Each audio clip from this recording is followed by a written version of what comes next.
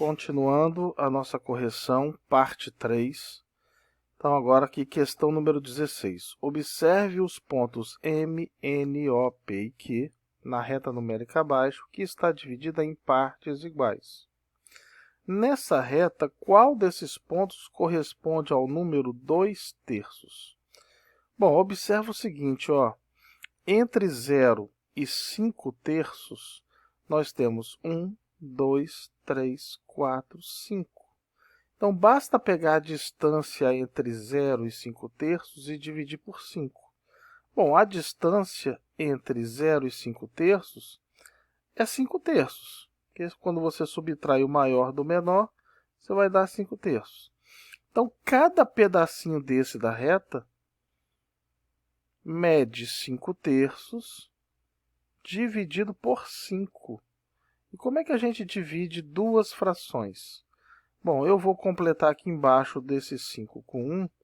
A regra diz que nós devemos repetir a primeira e multiplicar pelo inverso da segunda. Então, quando você faz isso, você simplifica o 5 que está aqui em cima com o 5 que está aqui embaixo. O que sobrou? 1/3. Então, cada espaço desse aqui mede 1/3. Então, significa que saindo do 0, indo para n, eu vou somar 1/3. 0 mais 1/3 vai dar 1/3. Depois, de n para O, eu vou somar 1/3 mais 1/3, porque cada pedacinho vale 1/3. Então, repete o denominador e soma o numerador. Então, aqui vai dar 2/3. Assim, nós já descobrimos qual ponto representa 2/3. É o ponto O, representado aqui na alternativa C. Se você quisesse o ponto P, você ia pegar o valor anterior, que é 2/3. Vou fazer uma setinha aqui só de curiosidade. O ponto P é o valor anterior somado com 1/3. Ou seja, repete o denominador e soma o numerador. Seria 3/3, ou seja, 1. Então, aqui no ponto P eu teria 1.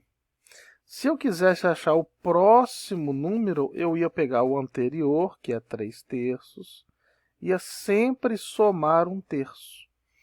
Então, aqui nós encontraríamos 4/3. Tá vendo? Aqui, 4/3. E, consequentemente, 4/3 mais 1/3, nós encontraríamos aqui os 5/3. Então, foi só de curiosidade. Se você marcou a alternativa C, você acertou. Questão 17. Em uma gráfica que imprime provas, 6 impressoras iguais imprimem juntas e no mesmo ritmo 3.000 páginas em um certo período de tempo. Em determinado dia, devido a uma grande demanda de impressões, outras 6 impressoras iguais às já existentes foram colocadas nessa produção para imprimirem as páginas juntos com as outras impressoras, que já existiam no mesmo período de tempo. Ou seja, antes tinha 6 impressoras, colocaram mais 2, passaram a ter 8 impressoras. Nesse dia, quantas páginas foram impressas por todas essas impressoras juntas nesse período de tempo? Então, ele está falando que 6 impressoras conseguem fazer 3.000 cópias. Ele acrescentou mais 2 impressoras, ou seja, 8 impressoras conseguem fazer mais cópias ou menos cópias? Bom, aumentou o número de impressoras, é claro que vai também aumentar o número de cópias. Então, o resultado tem que ser maior do que 3.000. Isso já descarta a alternativa A e a alternativa B. Então, se as setinhas estão na mesma direção, nós temos grandezas diretamente proporcionais. Então, basta multiplicar cruzado. 6 vezes x vai dar 6x. 8 vezes 3, 24, acrescenta os 3 zeros que já estavam lá. Então, se você dividir 24.000 por 6, 24 dividido por 6 vai dar 4. Acrescenta os 3 zeros, Então você vai ter 4.000 cópias. Se você marcou a alternativa E, você acertou. Questão 18. Observe os pontos P, Q, R, S e T representadas na reta numérica abaixo, que está dividida em partes iguais. Nesta reta, qual é o ponto que melhor corresponde à raiz quadrada de 3? Bom, raiz quadrada de 3 é um número positivo, então logo de cara eu não posso marcar de jeito nenhum o ponto P, porque ele está do lado negativo. Agora você vai lembrar o seguinte, a raiz quadrada de 3 está localizada entre a raiz quadrada de 1 e a raiz quadrada de 4. Só que a raiz quadrada de 1 é 1 e a raiz quadrada de 4 é 2, ou seja, tem que estar representada entre 1 e 2. Então vamos observar essa reta, como é que ela está dividida. Observa aqui nessa reta que entre 0 e 2 nós temos 1, 2, 3, 4 espaços. Então, isso significa que se você pegar a distância entre 0 e 2, que vai dar 2, e dividir por 4, cada espacinho desse vale 0,5.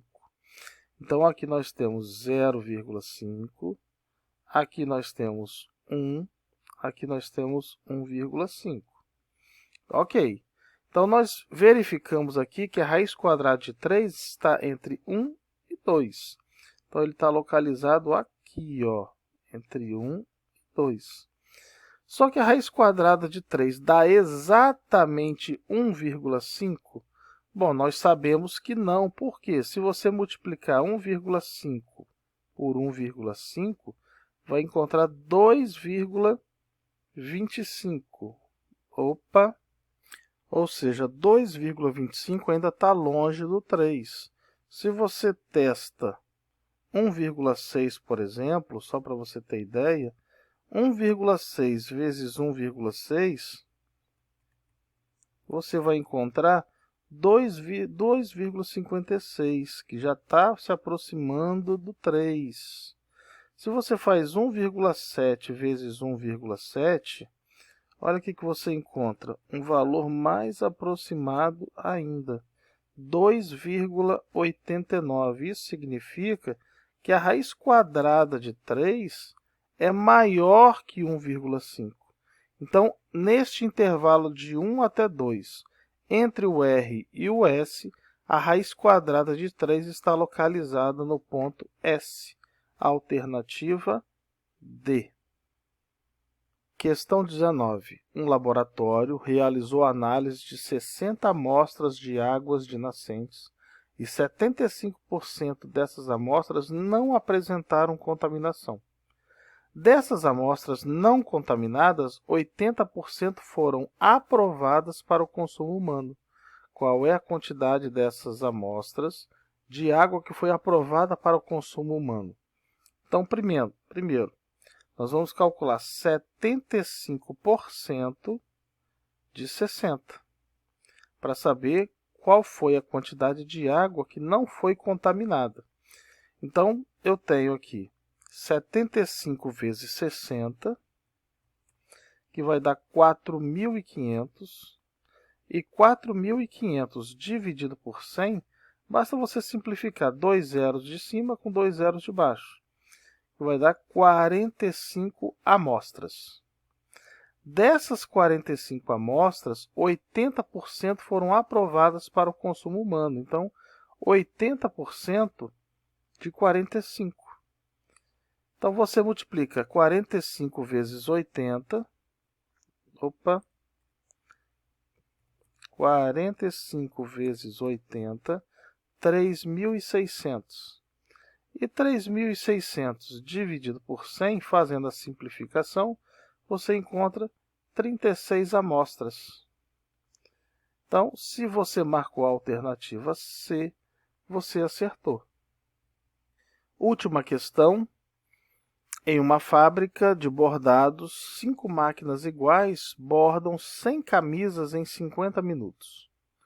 Em determinado dia, 3 dessas máquinas saíram da produção para receberem manutenção e o processo de bordar as camisas continuou com as demais máquinas, ou seja, antes eram 5 máquinas, agora a produção continua com 2 máquinas. Neste dia, as máquinas que restaram na produção bordaram 100 camisas em quantos minutos? Então aqui nós temos 5 máquinas, elas fazem esse trabalho de bordar em 50 minutos. Ora, 3 máquinas a menos significa que ele vai trabalhar com 2 máquinas. 2 máquinas vai fazer o mesmo serviço em quanto tempo? Então você tem que perguntar para você mesmo, ó, se a quantidade de máquinas diminui, ele vai produzir a mesma quantidade de camisas em mais tempo ou em menos tempo? Claro que em mais tempo, ele vai gastar mais tempo. Aqui nós temos grandezas inversamente proporcionais. Isso significa que você não vai multiplicar cruzado para resolver o problema. Você vai multiplicar, ó, retinho. 2 vezes x, 2x. 5 vezes 50, 250. Então, se você divide 250 por 2, você encontra como resultado 125 minutos. Então, se você marcou a alternativa E, você acertou. E assim chegamos ao final dessa correção. Espero que você tenha aproveitado para estudar, tirar suas dúvidas. Então, receba aquele abraço e até a próxima.